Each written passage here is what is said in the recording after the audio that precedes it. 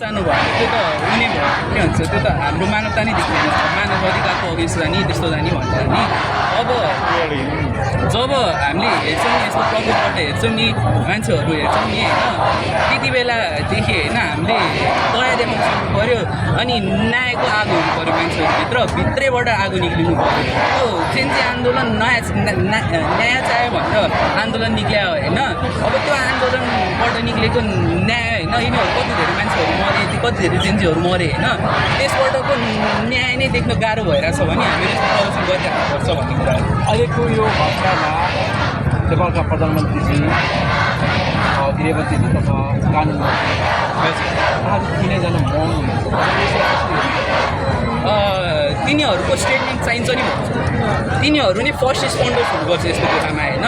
यस्तो जनता उठ्नुभन्दा अगाडि तिनीहरूले बोल्न सक्नु पऱ्यो भन्नुपर्छ त्यसपछि गभर्मेन्ट कम्पिटेन्ट हुन्छ गभर्मेन्टको कम्पिटेन्सी भनेको अब नयाँ गभर्मेन्ट छ ऊ गभर्मेन्ट छ भनेर पनि छोड्नु भएन गभर्मेन्टलाई होइन हामीहरूले तिनीहरूले किन उठाएको किनभने तिनीहरूले सकेसम्म छिटै एक्सन लिन्छु भनेर उठाएको नि त अब तिनीहरूको एक्सन देखिनु पऱ्यो कि हामीहरूलाई देख्नु पऱ्यो